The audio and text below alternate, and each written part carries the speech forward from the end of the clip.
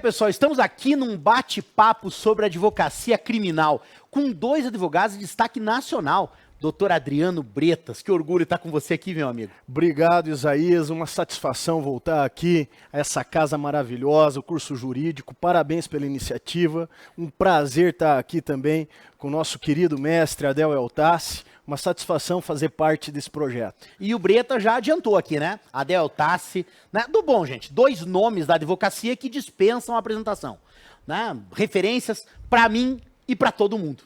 Né? Mas, gente, vamos falar de advocacia. Primeiro, a gente estava conversando um pouquinho antes, né, de começar a gravação, falando sobre experiências do novo advogado. Né? E eu queria entender um pouquinho, gente, o que o advogado novo pode ter no coração sobre advogar na área criminal.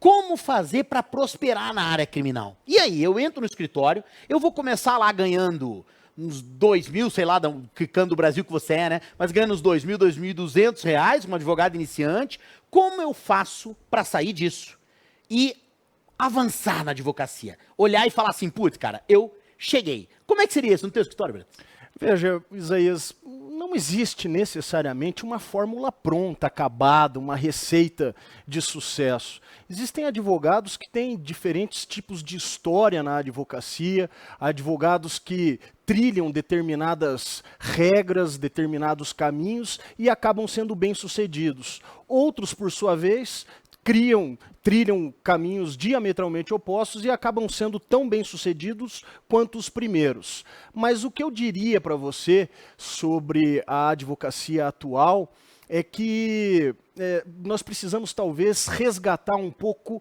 das origens, resgatar um pouco daquelas noções mais básicas. O estudo.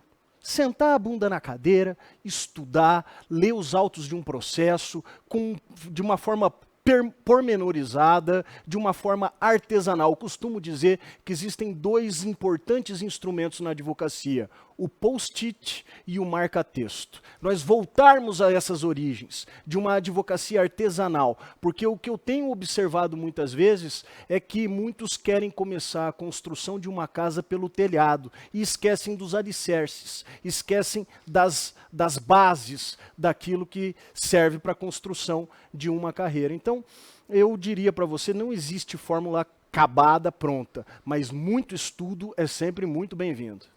Bretas, e eu fico na dúvida, quero até perguntar isso para o Adel. Adel, o Bretas falou sobre estudar, e falou sobre estudar o processo.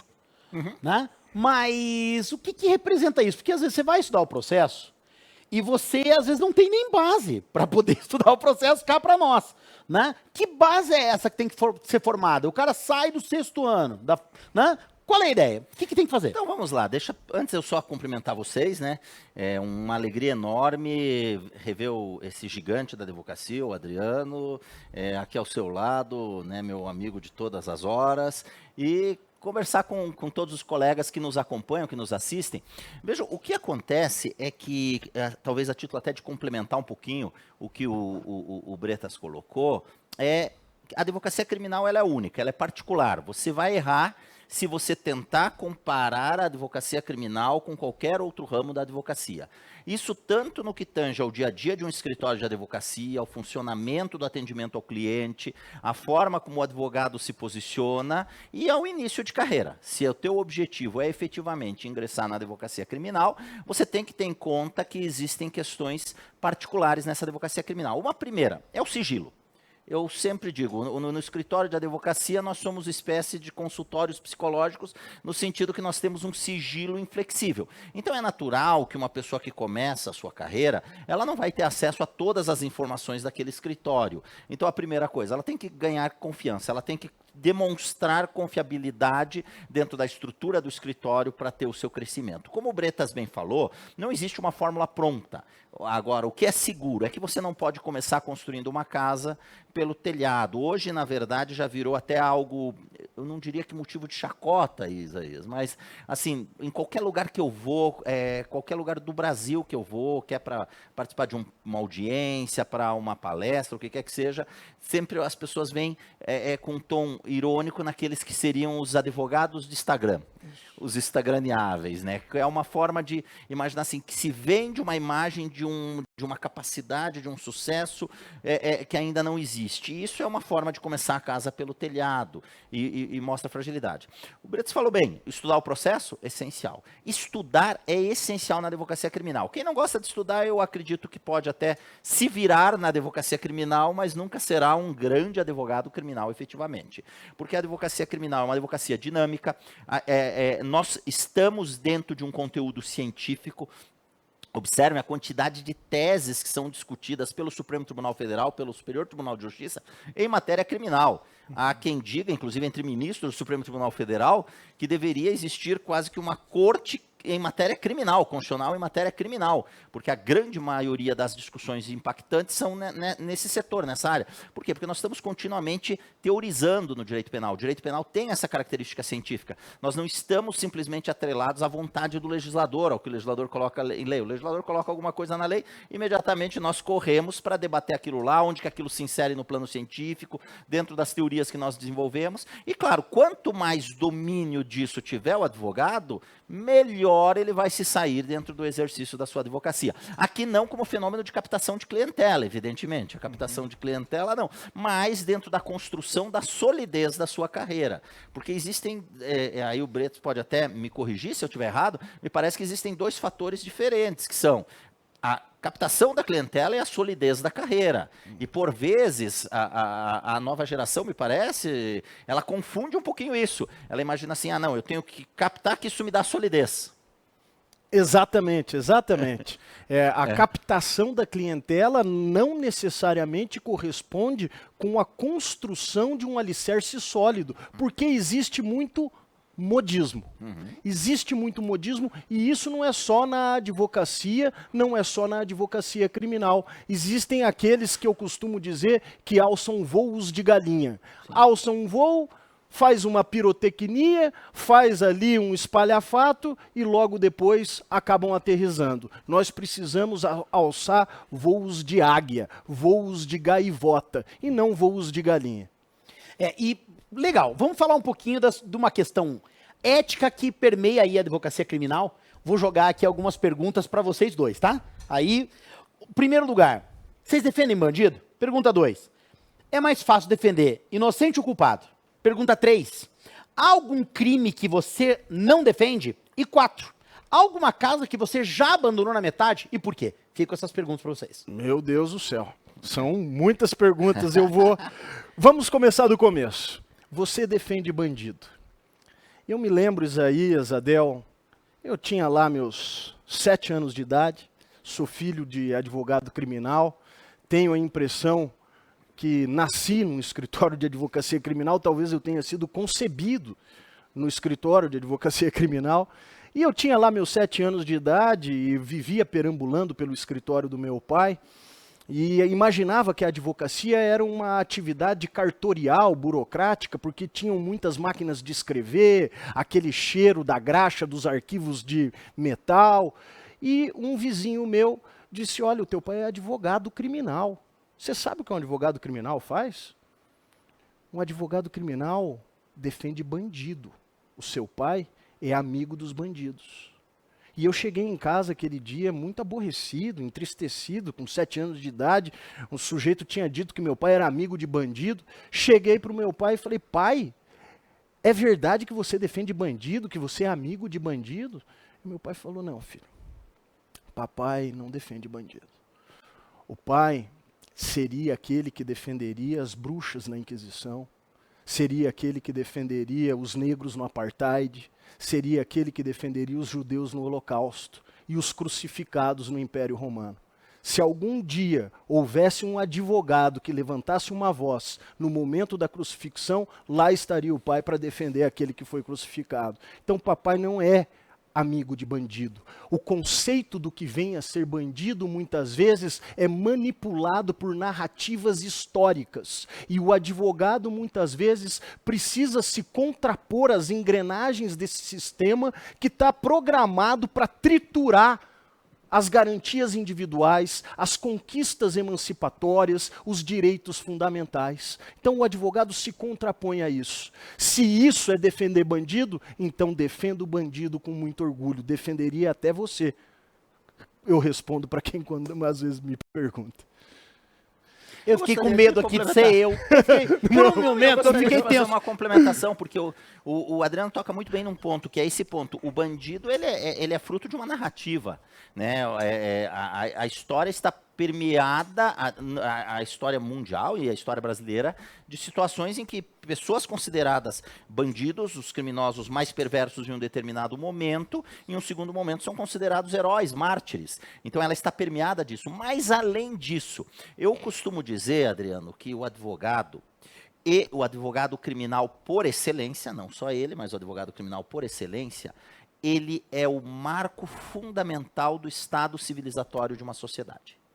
O estado civilizatório de uma sociedade pode ser mensurado pela condição que essa sociedade mesma oferece ao advogado e ao advogado criminal por excelência. Por quê? Porque o conflito é inerente à sociedade.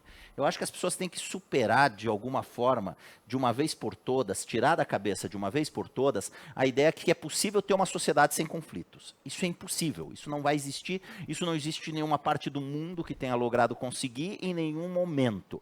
Então o conflito existe numa sociedade. Nós podemos, diante do conflito, fazer opções. Uma opção seria Montecchios e Capuletos. Deixa as pessoas se matarem até uma das famílias exterminar a outra e daí está resolvido o problema. A outra opção é a gente dizer, não, vamos habilitar aqui profissionais, que são profissionais que eles vão, entre aspas aqui, se matar dentro do cenário processual para de uma forma racional se conseguir chegar a uma solução a este caso. E se você conseguir ver isso, você vê que justamente naqueles casos que você considera mais graves, mais violentos, mais brutais, é que o advogado se torna esse patamar maior do processo civilizatório. Porque é justamente naquele caso que ele está ali colocando seu conhecimento, sua capacidade técnica e sua própria segurança pessoal em risco, porque às vezes o coloca, sua própria segurança pessoal em risco, para impedir que haja Montecchios e Capuletos, que as pessoas sigam se matando. Para que dentro de um plano de racionalidade, aquela questão seja discutida, debatida, seguindo o que são as diretrizes constitucionais, seguindo o que são as diretrizes científicas e chegando a uma solução racional ao conflito. E daí, ingressando no que você me pergunta, se é mais fácil defender inocentes ou culpados, eu diria que o advogado criminal ele está sempre na berlinda. Né? O advogado criminal ele está sempre sendo atacado, o advogado criminal ele está sempre sendo criminalizado. Hoje se fala da criminalização da advocacia criminal. E isso também tem a ver com o nosso estágio civilizatório da sociedade brasileira. Nós atuarmos assim face ao advogado criminal, o Adriano com 7 anos, o menino Adriano lá recebeu uma pergunta dessa de um vizinho, demonstra o quê? Uma ausência de civilidade. Tem a ver com o estágio civilizatório, né? Tem a ver com isso. Então, assim, o advogado ele está sempre nessa berlinda. Então, para o advogado, o fundamental é o quê? É que ele consiga efetivamente racionalizar o processo, racionalizar aquela situação e levar aquela situação racionalizada a uma solução razoável, porque também há um grande mito dessa coisa de que o juiz faz justiça, de que o promotor faz justiça. Tira isso da cabeça, ninguém faz justiça coisa nenhuma. As pessoas julgam conforme seus valores, as pessoas acusam conforme seus valores, as pessoas conduzem o processo conforme uma série de valorações e de sentimentos. Então essa ideia de justiça, o que a gente pode conseguir é justamente produzir soluções racionais, razoáveis. E se o advogado consegue produzir essa solução razoável, racional, eu acredito que ele cumpriu com seu papel, quer esteja diante de um culpado, quer seja de um inocente. Claro que talvez a amargura para o advogado de saber que aquele seu cliente não praticou aquele fato do qual ele é acusado é muito maior. O desafio é muito maior, principalmente Canto Breta já esteve envolvido com processos como esse, como eu, de acusações máximas de situação que você tem a plena convicção da inocência do seu cliente. Então, nessas circunstâncias, efetivamente, vamos dizer, o desafio psicológico do advogado talvez seja maior, mas nós temos que entender que é isso, o que a gente consegue fazer é trazer as coisas para um plano de racionalidade, e isso eu insisto, o advogado e o advogado criminal por excelência, e o tratamento que uma sociedade oferta a ele, diz muito sobre o estágio civilizatório dessa sociedade. Perfeito, concordo plenamente com o Adel. Até porque, Adel, esse binômio, essa dicotomia inocente e culpado, nem sempre ela se perfaz em casos concretos. Entre o inocente e o culpado, existem nuances de variação, né? As coisas não são dicotômicas dentro desse maniqueísmo. Mas evoluindo nas perguntas que o Isaías nos colocou aqui, dentro dessas provocações, eu diria que não são nem perguntas, né, Isaías? São provocações. Há algum tipo de crime que você não defenderia, ou que você não defende? Olha, a mim, muito particularmente, eu de fato não tenho qualquer tipo de restrição. Até porque o instrumental profissional que a gente maneja para defender um determinado tipo de crime é muito parecido, ou o mesmo, quando não o mesmo, para defender outros tipos de crime. Toda a teoria geral do direito penal é a mesma, todo o processo penal é o mesmo, todos os instrumentos de prova são os mesmos, o que muda é a tipicidade especial. Ou seja, não me parece razoável, proporcional, lógico, que um advogado diga, não, olha, eu não advogo nesse determinado tipo de fato, como se um médico pudesse dizer, olha, determinado paciente eu não atendo, traficantes eu não faço cateterismo, em estupradores eu não faço, enfim, um procedimento de reanimação cardíaca. Ora, absolutamente nada tem a ver uma coisa com outra, até porque nós estamos falando aqui de uma imputação, de uma acusação e não necessariamente de um status quo que esteja definido. Eu, particularmente, aqui eu dou um depoimento pessoal, não tenho qualquer tipo de restrição, mas inevitavelmente, o Adel não me deixa mentir, em termos mercadológicos, a clientela ela vai te selecionando. Não é você que seleciona a clientela, é a clientela que te seleciona. Então, em termos o mercado ele vai se comportando com você de determinada maneira, de modo que você acaba sendo mais demandado para atender determinado tipo de clientela em detrimento de outros. Por exemplo, e isso não é apenas uma coincidência, não tenho qualquer tipo de restrição, eu advogo, eu tenho pouca experiência na advocacia em relação a tráfico de entorpecente, a questão envolvendo a lei de drogas. Tenho pouca experiência. Não porque tenha qualquer tipo de restrição, não porque tenha qualquer tipo de objeção a advogar nessa área, mas fato é que eu não tenho sido muito demandado para advogar nessa área. Já fiz desde acordos de colaboração premiada até atuação perante o tribunal do júri e não tenho restrição alguma a fazer a objeção de consciência para determinado tipo penal. Olha, esse tipo eu não defendo. Meus amigos. Adel, complementar? Não, posso complementar sim, eu acho que é importante isso que o Bretas falou, porque ele ressalta mais uma vez isso. O papel do advogado criminal, implícito na resposta do Adriano, está isso. O papel do advogado criminal é esse, não é o do juízo de valor sobre, mas sim, de verificar se aquela imputação está adequada, de utilizar os mecanismos e as ferramentas processuais existentes dentro do exercício daquela defesa, de garantir a preservação dos direitos fundamentais, dos direitos que estão estabelecidos na Constituição. O que apenas eu gostaria de destacar é que o fundamental, e isso sim, é que você se sinta confortável, sabe? Se você não se sentir confortável no patrocínio da causa, não a patrocine, porque a pessoa, independente da acusação, independente da tipificação aparente que ela seja imputada, independente da acusação, ela tem como cidadão o direito de ter uma defesa efetiva. Então, se você não se sente confortável, então é preferível que você deixe de lado para que o outro que se sinta confortável, ou outra que se sinta confortável, possa efetuar aquela defesa e que aquela defesa seja efetiva. Não uma defesa meramente formal, uma defesa faz de conta. Sabe, Adriano, uma ocasião eu herdei um processo para fazer uma revisão criminal que me chamava a atenção, o camarada uma acusação de estupro, e não sei se ele teve a má sorte naquela situação, embora existam mulheres advogadas brilhantes, inclusive em relação a crimes sexuais, não existe hoje o que a gente falar disso, mas naquele caso talvez ele teve a má sorte de que a promotora mulher, de alguma forma impactada emocionalmente com o caso, ofereceu uma denúncia bastante austera, digamos assim. Daí lhe foi nomeada uma defensora pública, e a defensora pública talvez tenha se sentido desconfortável. E ela vem em razões finais e basicamente ela lamenta, é uma peça de lamento, que ela coloca algo tipo, não exatamente essas palavras, mas algo mais ou menos assim, é difícil esse mistério de ter que defender, mesmo que a gente não concorde na defensoria pública. Coloca basicamente um lamento e daí o camarada vai para uma sentença com a relatora, uma juíza, com a juíza lá o condenando. Então, quer dizer, que defesa ele teve? Havia uma advogada ali presente, mas não houve defesa. Então, efetivamente, a única coisa que eu gostaria de destacar é isso. O Adriano coloca muito bem, de forma muito sábia, e traz essa ideia do advogado. Né? O advogado tem que buscar sempre a racionalização dos conflitos. Né? Se nós deixarmos de buscar a racionalização nos casos mais graves, a sociedade efetivamente se torna uma guerra permanente. Agora, sinta-se confortável sempre. Sinta-se. Mas, Adel, claro, perfeito. Mas teve alguma causa que você, por algum motivo, teve que abandonar na metade do caminho? Veja, eu acredito que assim, eu já estou ficando velhinho, né, cara? Já são aí quase 30 anos. Então é evidente que a gente vai... De vida. Né? Então a gente vai experimentando as mais diferentes situações, as mais diferentes circunstâncias. Já houve, sim, processos que eu tive que deixar o patrocínio pelas mais diferentes circunstâncias, por mais diferentes situações.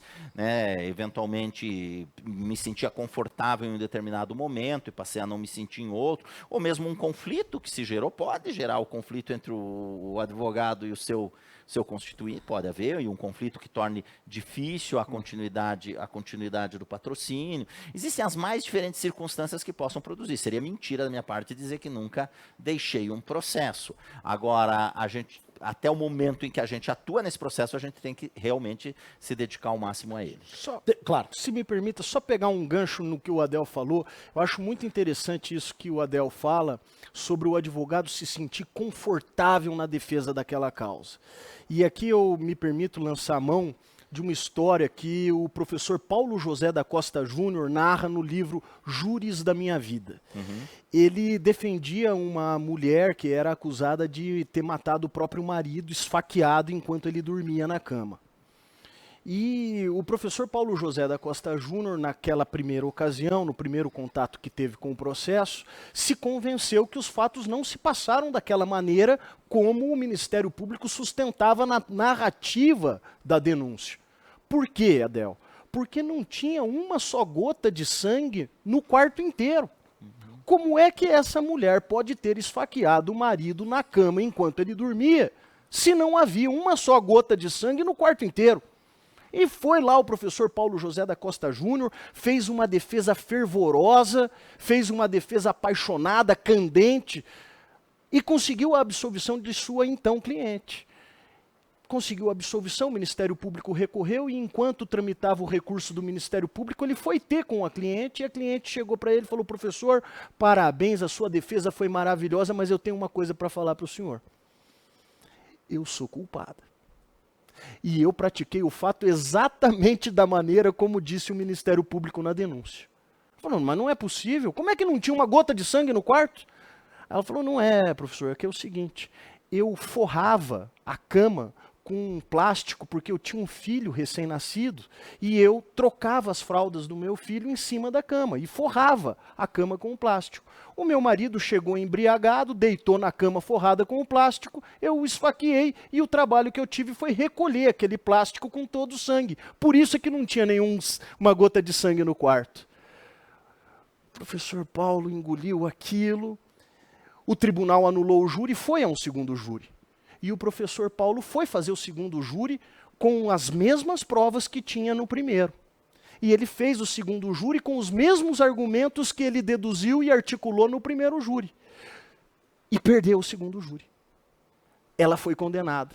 Ele não tinha conforto para defender a própria cliente. Ele não estava imbuído daquela convicção que o advogado tem que ter para transmitir para o seu destinatário aquilo que ele tem que estar imbuído. Se o advogado não está convencido da tese que sustenta, ele não está confortável para estar na causa. O advogado, e já é um chavão dizer isso, é o primeiro juiz da causa.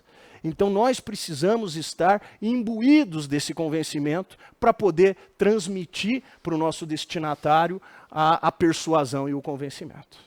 Vou mudar um pouquinho o rumo da prova. Tá? Quero entender o seguinte: advogado iniciante, ele tem algumas dificuldades. Né? Então, vamos passar por prerrogativas aqui, mas queria entender assim, beleza, cheguei na delegacia. E eu vou ter uma série de impedimentos com uma série de direitos. Vocês hoje chegam na delegacia, com todo respeito a todos os delegados, mas claro, chegam 2 advogados de expressão nacional, autores de livros importantíssimos, muito bem recebidos no Brasil inteiro. Então é claro que a visão é diferente, mas qual é a dica para o advogado iniciante, que tem uma série de direitos a estabelecer e acaba tendo uma série de negativas? O que ele deve fazer? Pode começar. Pode começar. Imagina. Obrigado, Adel. Eu diria o seguinte: combatividade não significa falta de educação.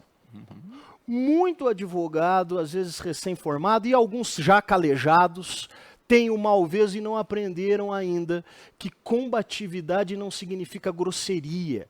Muitas vezes o advogado chega numa delegacia respondendo, então, Isaías, achando que está partindo ali para um confronto, que está chegando ali armado para uma batalha campal. E muitas vezes nós conseguimos aquilo que nós queremos com base na educação, na lianeza de trato, de forma polida. O advogado não precisa ser mal educado, aliás, não pode ser mal educado para ser combativo. Eu diria, aliás, que os advogados mais aguerridos que eu conheci na minha vida são, ao mesmo tempo, os mais educados, os mais polidos. Então, Isaías, respondendo a sua pergunta, eu não diria o que o advogado fazer, mas eu começaria dizendo o que ele não deve fazer ao chegar numa delegacia. Ele não deve ser desrespeitoso, ele não deve ser mal educado, ele deve ser gentil, cortês, porque é assim que deve se iniciar o tratamento interpessoal, seja numa delegacia, em qualquer repartição pública, aliás, em qualquer trato da vida pessoal de um ser humano. Muitos advogados estão achando que advogar é ser estúpido, e não é isso, não é isso. Adel, eu sei que você vai complementar, mas você me permite colocar, você complementa e eu vou colocar mais uma pergunta junto aqui, pode ser? Pode ser, pode ser. Perfeito, exatamente como o Bretas falou, né? Importantíssimo que a pessoa tenha trato, você não chega em lugar nenhum.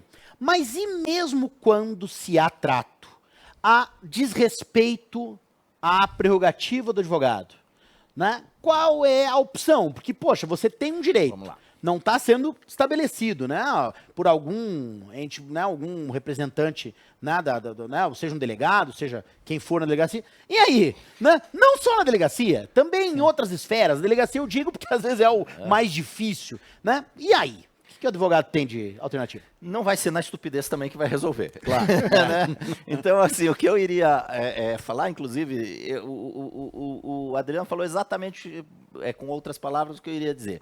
Me preocupa hoje, e claro, há profissionais calejados que assim agem, mas eu vejo, assim, tenho a impressão que cresce, se avoluma o que eu tenho impropriamente chamada de carteirada de advogado. Se avoluma de uma maneira que tem me chamado a atenção, que é a ideia de que ter a carteira da OAB autoriza, legitima aquela pessoa a ser grosseiro, a ser agressivo, a subjugar outras pessoas a partir de uma retórica violenta, e não é por aí. Eu acho que nós aqui temos parte dessa culpa. Por quê? Porque o exame da ordem foi se tornando algo tão complexo, tão difícil, que nós passamos a ter aquilo que já existia em outras carreiras, que quando a pessoa conquistava aquele local, ela dizia assim, eu sou especial porque eu conquistei o que muitos não conseguiram. Hoje o camarada chega, tem a carteira da OAB, ele tem essa sensação. O exame é tão complexo, são tantos tentando fazer e poucos conseguindo se tornar advogado. Ele diz, não, agora eu sou um cara especial, agora eu sou uma pessoa especial, sou uma mulher especial, agora eu vou lá e todo mundo vai ter que me respeitar. Mas o respeito, primeiro, ele é construído. Segundo, como o Adriano bem falou, o advogado, eu creio que eu fui a minha vida inteira advogado combativo. Eu creio que eu seria, dentro da Lava Jato, aqueles que eles classificam como advogado inimigo do juízo lá. Por ter sido a minha vida inteira advogado combativo, advogado efetivamente de sustentar teses, de conflitar, sempre foi minha posição advogado. E quero crer que isto, em hipótese alguma, pode ser confundido com essa falta de educação, essa verborragia de tentar realmente subjugar, submeter os demais. Bom, problema das prerrogativas. Primeiro, nós temos que desmistificar um pouquinho as delegacias de polícia. As delegacias de polícia, talvez no passado fossem cenários hostis, hoje já não são tanto. E não quero crer que é por causa do passar do meu tempo profissional, do tempo profissional do mês, mas sim pela melhora da qualidade dos próprios profissionais que estão lá. Observe que recentemente aqui no estado do Paraná mesmo teve um concurso para delegado de polícia e ali, né, vendo amigos do Facebook e do Instagram, várias dessas pessoas que estão hoje na escola preparatória ali da Polícia Civil são nossos ex-alunos daqui. Ex-alunos e ex-alunas daqui. Então, você tem uma qualidade, assim, dentro das delegacias, pessoas preparadas, pessoas tecnicamente boas. E assim, eu realmente prefiro morrer acreditando que todos estão tentando fazer da forma certa. Eu sou aquele que dá a dúvida do correto, né? Então, eu prefiro acreditar que todos estão tentando fazer da forma certa, tendo leituras diferentes, visões diferentes sobre o fato, mas estão tentando fazer da forma correta. Então, eu acredito que você assumir uma posição mais ou menos como essa, você já não parte para o conflito. Você pode ser combativo, você sabe da tua responsabilidade, mas você não vai para o conflito. Eu realmente não sou um defensor dessa posição de que em cada processo, em cada atuação nossa como advogados, nós estamos entrando numa trincheira. Eu respeito muitos colegas que assim pensam, mas não é a minha posição. Eu acredito que eu seria contraditório com tudo que eu disse em torno disso do desenvolvimento civilizatório, do advogado representar o estágio civilizatório de uma sociedade, se eu imaginasse que cada vez que a gente está entrando num processo, a gente está entrando num ringue de UFC. Não é a minha visão. Eu acredito que a gente tem que tentar, assim, com o poder do argumento, ainda sou desse, do poder do argumento, o poder da retórica, o poder das provas, trazer a causa dentro daquilo que a gente acredita. E isso ouvido de um advogado que passou por um júri, que o Ministério Público fez uma bobagem fora do normal e que foi necessário exigência de cumprimento de prerrogativas. Sim. E depois a grande humilhação do Ministério Público foi uma derrota vexatória que você submeteu, né, Adel? Sim, não, eu cheguei a ser processado realmente ao sair de júri, por promotor que atuou no júri, ter trancamento de ação no Superior Tribunal de Justiça, mas assim, vamos dizer, não vamos deixar a agressividade dos outros pautar o que nós somos como pessoas, como profissionais, né? Nós temos que ter essa consciência. E eu realmente acredito que se há uma insistência no desrespeito a prerrogativas, o advogado ainda assim deve buscar as vias legais, com austeridade, dentro da combatividade. E vejam, deixa eu defender a Ordem dos Advogados do Brasil. A Ordem dos Advogados do Brasil, eu não vou falar em todos os estados da federação, não sei como atuam em todos os estados da federação, mas nos estados da federação que eu atuo, elas são muito vigilantes em torno da preservação das prerrogativas, tá? Vejam que aqui no Paraná, por exemplo, a gente tem um disque prerrogativa, né? Que realmente, e já me pediram para que eu me deslocasse, inclusive, me ligaram lá, Adel, você pode ir lá, que está tendo um problema com um colega nosso. Então, assim, você tem vários caminhos antes de você achar que você vai sair no tapa com a pessoa que está ali para resolver o problema. Então, eu acredito que o advogado tem que sempre, usando um pouquinho a fala do ministro Barroso, né, e independente hoje parece que se politizou, né, a questão, a fala dele quando ele diz assim, nós temos que ser parâmetros civilizatórios. Nós temos que ser parâmetros civilizatórios nas mais diferentes situações. Bretas, deixa eu perguntar uma outra coisa para você. Você, cara, é um cara que é conhecido nacionalmente, inclusive noticiado na imprensa nacional, na tua atuação, inclusive na Lava Jato, inclusive numa série de situações em relação à delação premiada. Conta um pouquinho pra gente sobre delação, e já que delação também tem a ver com provas, eu queria que você falasse um pouquinho sobre como advogado criminalista, pra galera que ainda não passou por um processo, né? Qual é essa de fazer a constituição de provas? Tá. Então, são duas perguntas numa só. Sobre a questão da colaboração premiada. Adel, eu tive um dilema particular no momento de aderir a uma proposta de um acordo de colaboração premiada pela primeira vez. Nós bem sabemos que a colaboração premiada é um instituto já positivado e consagrado no nosso ordenamento jurídico, mas que ele trouxe consigo, no momento de elaboração dessa política criminal, toda uma carga, todo um ranço de preconceito, porque tudo aquilo que é novo é visto com reservas mesmo. E a advocacia, o ordenamento jurídico, os operadores do direito de um modo geral, sempre estigmatizaram esse instituto que lá fora era visto de uma maneira muito natural, muito cotidiana, muito corriqueira. E, portanto, quando se descortinou para mim a primeira possibilidade de se aderir a um acordo de colaboração premiada, eu confesso que fiquei um tanto quanto assustado diante da possibilidade de ser gravado e cicatrizado com aquele estigma que muitas vezes permeava aquela situação, porque era um instituto ainda muito experimental, que estava ainda num processo de elaboração, digamos assim, do ponto de vista da política criminal. E diante daquela dúvida que me permeou, eu comecei a pensar e, sinceramente, honestamente, Adel, eu não consegui ver nenhum tipo de objeção a partir do momento em que, o cliente queria fazer o acordo de colaboração. 2, era uma alternativa que a legislação colocava a seu dispor. 3, dava-lhe benefícios legais. 4, as teses combativas de um enfrentamento litigioso, por assim dizer, estavam todas elas não sendo acolhidas pelo tribunal.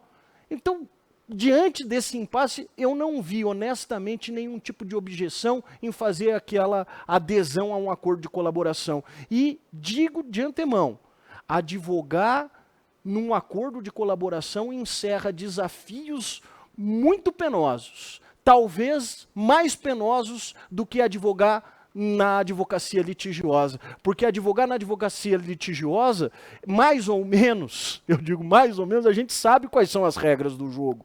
Ainda que elas estejam sendo aqui ou acolá desrespeitadas, mas mais ou menos nós temos uma regulamentação. Advogar num acordo de colaboração, você muitas vezes se coloca num campo muitas vezes desconhecido, e você tem que fazer um enfrentamento, mas ao mesmo tempo você está aderindo a um acordo de colaboração. Existe um know-how, existe uma expertise toda própria. E eu acho que nós vamos ter oportunidade, né, Isaías, de poder aprimorar e aprofundar isso na nossa pós-graduação aqui no jurídico sobre o Instituto da Colaboração Premiada. Respondendo sua segunda pergunta. Produção de prova. Nós temos agora um importante instrumental, uma importante ferramenta na nossa mão, que é a prerrogativa da investigação defensiva. E essa prerrogativa da investigação defensiva, que permite ao advogado se lançar a campo para produzir prova, tem que ser vista com muita cautela, muito cuidado, para que o advogado não venha incorrer em dilemas éticos, não venha transpor barreiras que, inclusive, separam o lícito do ilícito. Permitir ao advogado lançar a mão de uma investigação defensiva não é uma carta em branco para que ele saia por aí fraudando provas, que é o que muitas vezes a gente tem observado alguns colegas, às vezes de forma assodada e a pretexto de se fazer uma investigação defensiva, acabar fabricando prova. Não é isso. Então é preciso ter muita cautela, é preciso ter muito cuidado, existem tábuas de princípios que inspiram e animam a investigação defensiva. Então, eu diria assim, respondendo a sua pergunta, nesse bate-papo que nós estamos tendo aqui, que a investigação defensiva é uma importante conquista da advocacia, mas o advogado precisa ter muito cuidado para não transpor a fronteira que separa o lícito do ilícito. Como fazer isso? De que modo fazer isso? Quando fazer isso? Eu acho que é algo que vai ser desenvolvido e nós vamos ter que aprofundar numa aula, aí sim, com todos os elementos. Existe uma cartilha de princípios. Recentemente, a Associação Brasileira dos Advogados Criminais se reuniu, lançou mão dessa cartilha de princípios. E, enfim, é uma ferramenta importante, eu diria até quase que americanizada, né? Mas que a gente tem que ter cuidado, porque podemos incorrer em faltas éticas e legais. Antes de eu passar... Desculpa, Léo. claro. Claro. Deixa eu falar que eu não errei, Isa, de saída. Quando a gente concebeu a pós-graduação aqui do jurídico, e estávamos concebendo, e eu fui convidado para a coordenação, e chegou no tema da colaboração, o meu convite recaiu sobre o nome do Adriano, porque eu sabia, sem ter falado com ele, que ele teria vivido esse dilema. E daí eu falava, é o melhor nome para trazer essa questão ao cenário, porque eu conhecia a posição teórica prévia do Bretas e todo o trabalho, sob o ponto de vista de advocacia brilhante, que ele desenvolveu nas colaborações que conduziu. Então eu falei, cara, tem que ser ele. não, tem que ser ele, e veja que eu não errei. Deixa eu só falar rapidamente a minha posição contra a colaboração, até porque eu tenho artigos criticando o Instituto e tudo mais, e nesse sentido, Bretas, eu não mudei minha posição. Eu sou contra o Instituto. Contra o Instituto da Colaboração. Eu acredito que o Instituto da Colaboração, dentro de uma visão acadêmica, ele traz mais prejuízos a uma sociedade que benefícios, pensando em termos sistêmicos e em termos macrosistêmicos. Eu penso mais ou menos numa frase como certa vez, né, na Alemanha, o professor Stadtfeld falou, quando a gente comentou sobre isso, ele falou assim, não, agora está na lei, mas isso é alguma coisa, mas direito penal mesmo, processo penal não é. Né? Então eu penso mais ou menos a mesma coisa. Né? Ela traz mais prejuízos dentro do sentido de sociedade do que benefícios, a partir da geração da lógica do se dar bem, ainda que em detrimento dos demais, a partir de uma lógica que pode se desenvolver, uma lógica perversa do interesse financeiro por detrás do processo de colaboração premiada, a partir de uma lógica perversa que pode se desenvolver da omissão dos órgãos que têm a responsabilidade investigativa de investigar. Porém, como o Bretas bem salientou, está na lei. Está na lei.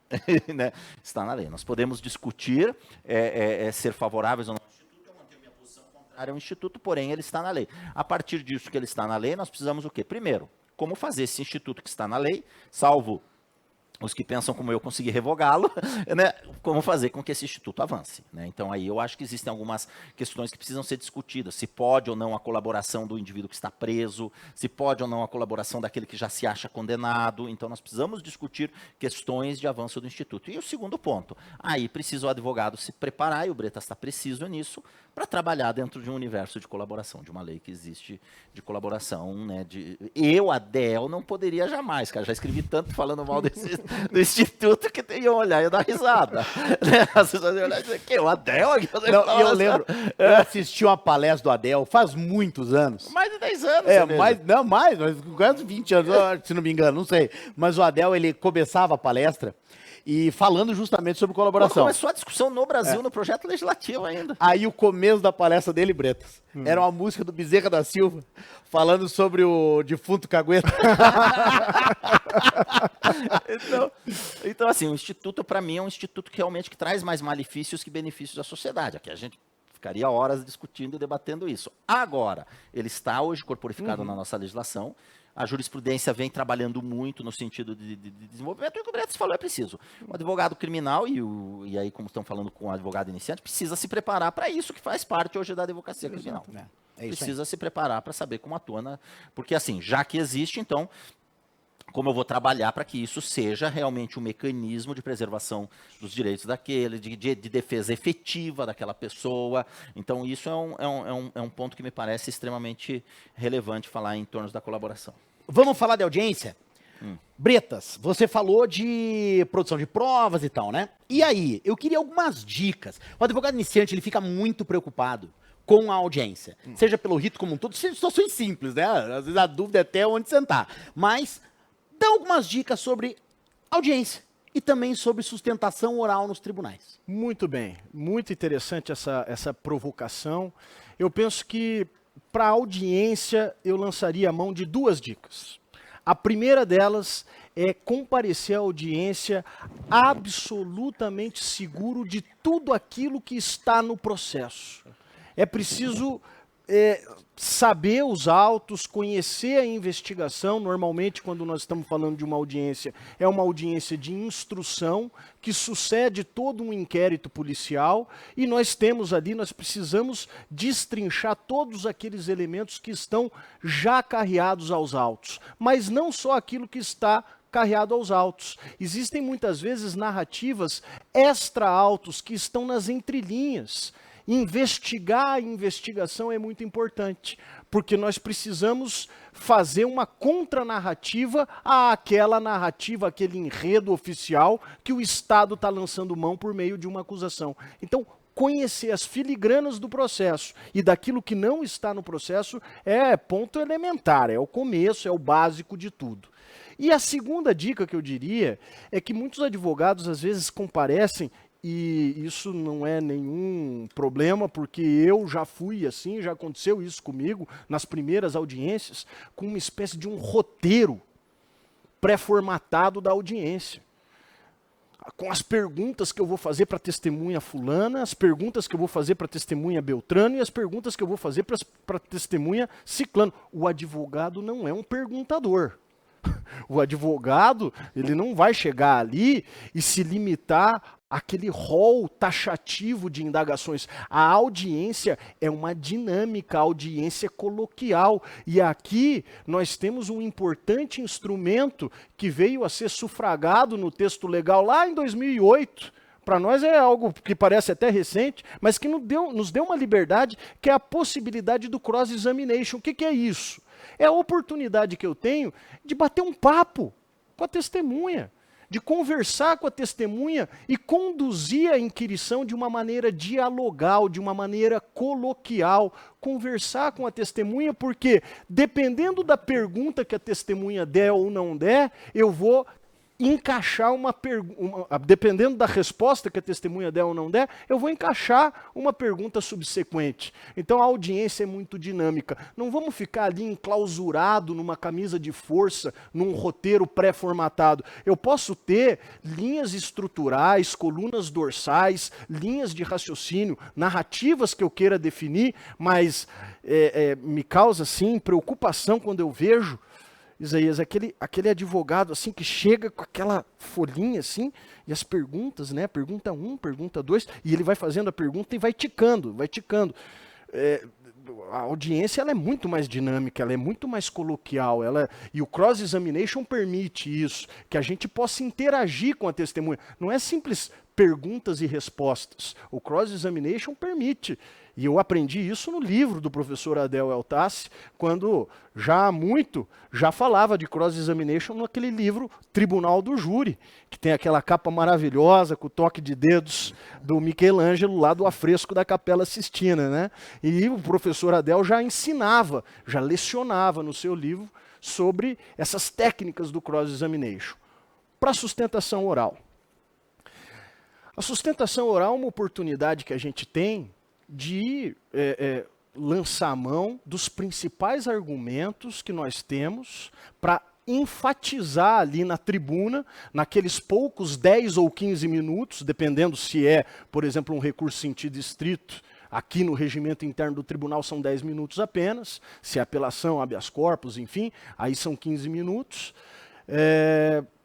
Destacar os pontos cruciais, os pontos primordiais, lembrando sempre, o desembargador, por mais que tenha sido relator daquele feito, por mais que tenha havido um revisor, ele não está familiarizado com a causa tanto quanto o advogado. Então é preciso simplificar os personagens, simplificar os argumentos para se fazer entender e criar um canal de comunicação com o destinatário daqueles seus argumentos. Eu vejo muitas vezes advogados se lançando à tribuna com uma verborragia, como se fosse uma metralhadora giratória e partindo do pressuposto que os desembargadores estão tão familiarizados quanto ele. E às vezes não estão, às vezes é preciso você organizar bem o raciocínio. Então, assim, em se tratando de sustentação oral, a dica que eu daria é priorize, prime pela qualidade e não pela quantidade. Vamos selecionar lá, 3 principais argumentos. E vamos trabalhar muito bem nesses 3 argumentos. Ah, professor, mas eu tenho um 4º argumento aqui. Veja se realmente vale a pena. Porque um argumento não tão forte pode enfraquecer um argumento forte. Não pense que um argumento forte fortalece um fraco. Um fraco enfraquece um forte. Então, 3, quando muito 4, se eles forem realmente importantes, argumentos importantes. Então eu diria, assim, para a audiência, sustentação oral, que essas são as dicas que eu colocaria. Lembrando sempre, o memorial é fundamental. A entrega de memorial que antecede a sustentação. E que dicas, hein, meu amigo? E vocês estão ouvindo isso do Adriano Bretas, pelo amor de Deus, tem que ser nesse caminho. Achei sensacional isso. 3 argumentos. 3, 4 No estourando. máximo. Sensacional. Às vezes o muito falar prejudica, né, amigo? Prejudica. É verdade. Bom, Adel, amigo, você, cara, é um advogado de júri destacadíssimo de nível nacional. Bretas também é um cara destacadíssimo no júri. E, Adel, mas você, cara, fez alguns júris ontológicos aí, né, meu amigo? E muito debatidos na imprensa e tudo mais, uma forma muito séria e técnica. Conta um pouquinho, meu amigo, sobre o Tribunal do Júri, né? Eu só vou pedir para você, para no meio da tua fala, alguma coisinha você falar para nós de como que é lá aquela audiência, né? Objetivamente, como é que isso funciona? E eu posso pedir mais uma coisa? No meio da fala também, desculpa, mas eu vou pedir. Teve uma audiência, teve um tribunal, teve um júri que o Amaral participou, o doutor Amaral lá de Londrina, nosso amigo, que foi uma situação bem peculiar com aquela história do espírito. Se você puder comentar depois um pouquinho também. Bom, caso, tá aí. Caso emblemático também. Bom, primeira coisa que eu gostaria de falar do júri. Assim, eu vejo que hoje existe uma visão um pouco distorcida em relação ao Tribunal do Júri. Qual que é essa visão distorcida? Todo aquele que se lança na ideia de ser advogado criminal, ele imagina que ele deva ser advogado de júri. E eu realmente não vejo as coisas assim. Eu acredito que o júri ele tem características muito próprias, características muito particulares e exige condições particulares e peculiares do advogado que atua nele. Não imagine que todo advogado que atua no tribunal, na advocacia criminal, tem essas capacidades, essas aptidões, o que não faz melhor nem pior que ninguém. Apenas são aptidões e particularidades. Por que eu destaco isso? Porque eu tenho me preocupado, e me perdoem a sinceridade. Os que me conhecem sabem que eu sou uma pessoa muito frontal. Né? Todos os problemas que tive na minha vida, acho que foi pela minha frontalidade, inclusive. Sou uma pessoa muito frontal. Eu tenho visto defesas de péssima qualidade no Tribunal do Júri. Defesas, assim, lamentáveis no Tribunal do Júri. Né? Depois, no Instagram, elas parecem que foram brilhantes, mas, na realidade, são defesas de péssima qualidade, defesas insuficientes, em que provas relevantes são omitidas, em que debates são omitidos. Primeira coisa, pense que nós caminhamos, não com a minha concordância, inclusive tenho escritos nesse sentido. Um dos ministros do Supremo, inclusive, cita o meu escrito nesse sentido, no voto dele divergente nessa matéria, mas nós caminhamos, ao que tudo indica, para um cenário em que o Supremo Tribunal Federal deva ratificar a prisão imediata após a condenação no Tribunal do Júri. Nós, pelo placar da votação, nós caminhamos para esse cenário. Então, pensa o grau de responsabilidade do advogado ao atuar no Tribunal do Júri. Porque, na hipótese da condenação, é o advogado que vai olhar para a família e dizer, agora ele vai para a cadeia daqui, tá? E de imediato. Então, você tem um grau de responsabilidade aumentado em relação à atuação do Tribunal do Júri. Então, primeira coisa, não imagine que necessariamente você tem que atuar. Nós caminhamos para um mundo, inclusive, que é um mundo mais colaborativo. Eu acredito muito que nós temos que aprofundar cada vez mais as parcerias, vários escritórios atuando em etapas diferentes, em momentos diferentes, fazendo trabalhos diferentes. Eu mesmo já venho atuando assim há bastante tempo, sabe? E eventualmente você diz, não, o júri realmente eu acredito que eu possa ter um colega, um profissional, parceiro para atuar nele. O júri é algo que, na minha ótica, é o sistema ideal de justiça. Me lembro de um júri em que o Bretas atuou em um determinado momento e depois eu atuei no plenário, e que era um júri rumoroso, de grande impacto na opinião pública, e me lembro até hoje de terminando o júri, e o veredito foi condenatório. E me lembro do Bretas na porta vindo me abraçar ali e tal, e coisa, e dizendo, cara, mas e agora? Puxa, e eu me lembro do que eu disse para o Bretas, eu disse, pelo menos ela teve uma chance. E assim, eu visualizo o Tribunal do Júri com essa característica. Eu visualizo o Tribunal do Júri como o sistema ideal, porque ele consegue trazer uma série de atributos que nós não temos nos outros sistemas de justiça, que é o mais próximo que nós conseguimos chegar da imparcialidade.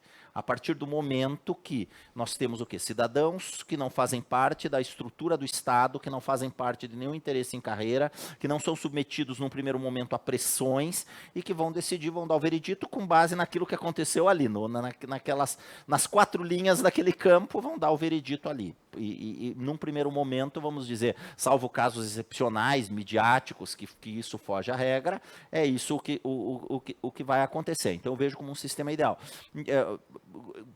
De lege ferenda, eu inclusive trabalharia com o tribunal do júri, dentro de modelos mais simplificados, como o modelo de resolução de todos os casos criminais em que houvesse violência ou grave ameaça à pessoa. Seria, vamos dizer, a minha posição. Só que é isso, as aptidões exigidas do profissional que vai atuar no tribunal do júri são únicas. Primeira, isso todo mundo fala, você tem que conhecer aquele processo de cabeça. Não existe como você imaginar ir para o tribunal do júri sem conhecer aquele processo de ponta a ponta. Eu, quando vou para o tribunal do júri, imagino que aconteça o mesmo com o Adriano, eu tenho a imagem mental da folha do processo. Né? Eu vou falando, às vezes estou lendo e tem a imagem mental da folha do processo. Então você tem que conhecer aquele processo de cabo a cabo, não existe como ter outra questão. Você tem que conhecer juridicamente as teses ali envolvidas de forma profunda, efetivamente. Você não pode ser surpreendido ali pela parte contrária, pelo teu desconhecimento da tese. Você tem que dominar a medicina legal. O cenário do tribunal do júri é um cenário de discussão da medicina legal. Eu digo que a gente vive a geração CSI, Bretas. Então as pessoas querem a prova técnica, querem discussão das provas médicas, das provas. Então você tem que ter esse conhecimento. Não imagine que o jurado seja idiota, tá? Eu acho que isso já é superado, aquela ideia de que o jurado, com base ali em palhaçada ou em coisa, ele vai pender para um lado. Não, o jurado quer ver prova, ele quer ser convencido efetivamente.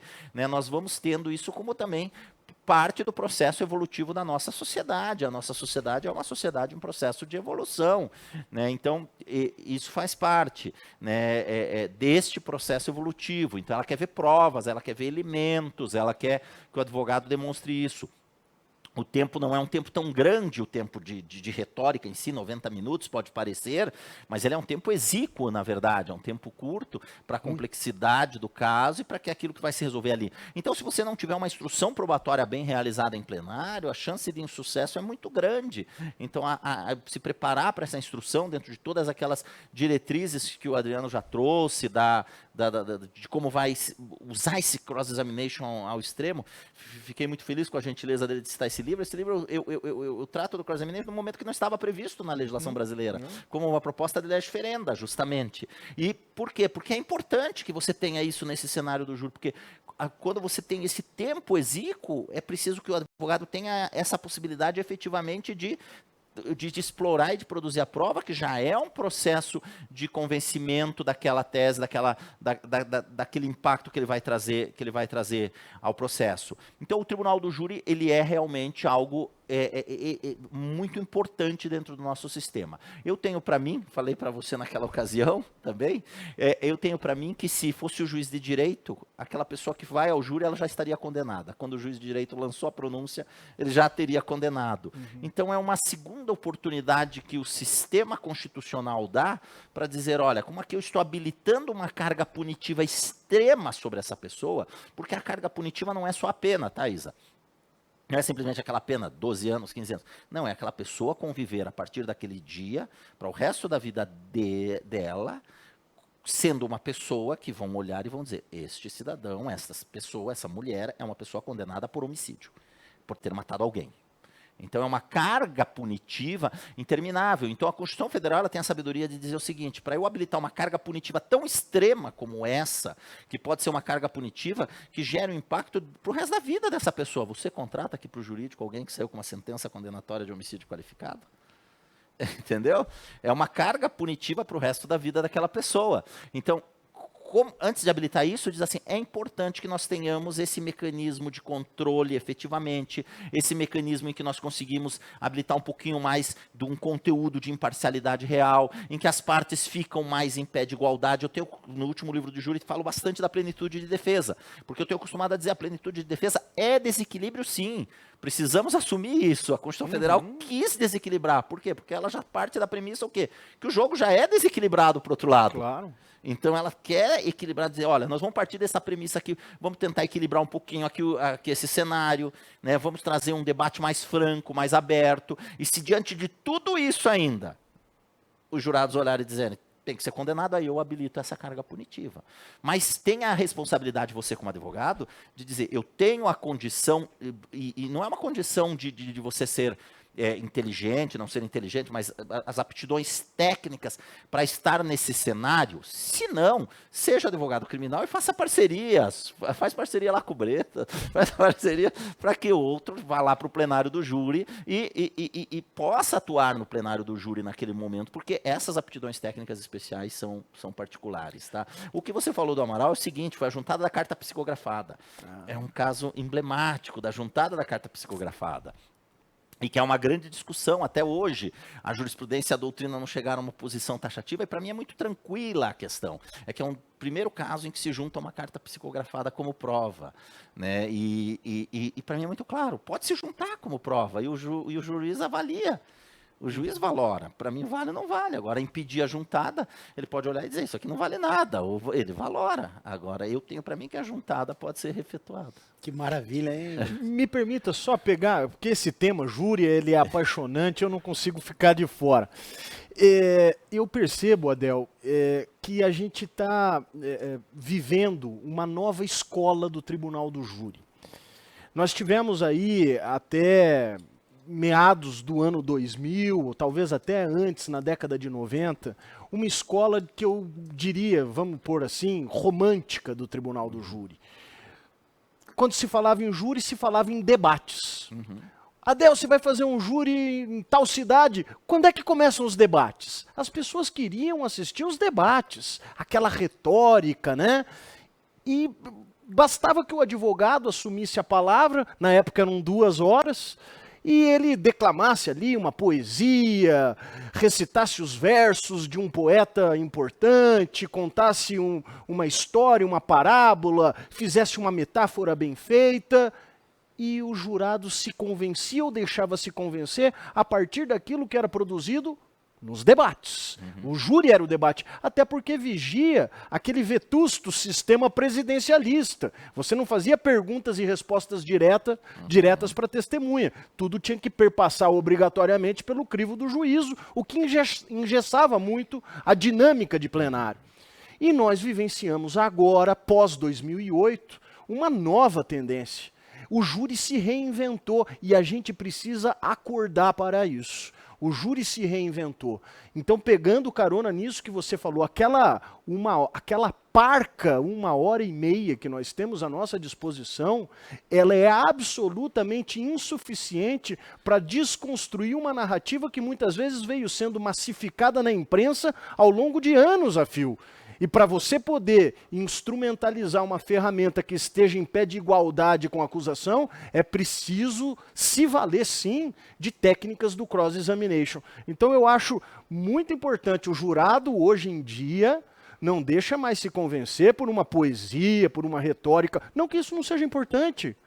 Claro que é importante, tem que ter as ciências afins, a literatura, as artes. Meu Deus do céu, claro que é importante, eu não estou desmerecendo isso, não é isso. Mas você precisa mostrar para o jurado a prova, a lógica, a razoabilidade, a ciência. E isso só pode ser feito na construção de um cross-examination bem feito. Claro que sem desmerecer a importância dos debates. Uma coisa se complementa com a outra. Então esse é o primeiro ponto.